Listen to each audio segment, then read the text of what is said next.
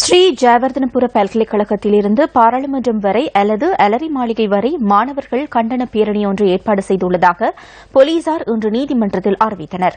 மக்களுக்கு அசௌகரியம் ஏற்படும் வகையில் எதிர்ப்பு நடவடிக்கை மற்றும் ஆர்ப்பாட்டம் நடத்தப்பட்டால் குறைந்தபட்ச அதிகாரத்தை பயன்படுத்தி அதனை தடுப்பதற்கான அனுமதியை போலீசாருக்கு வழங்குவதாக நுகேகுட நீதவான் நீதிமன்றம் உத்தரவிட்டுள்ளது.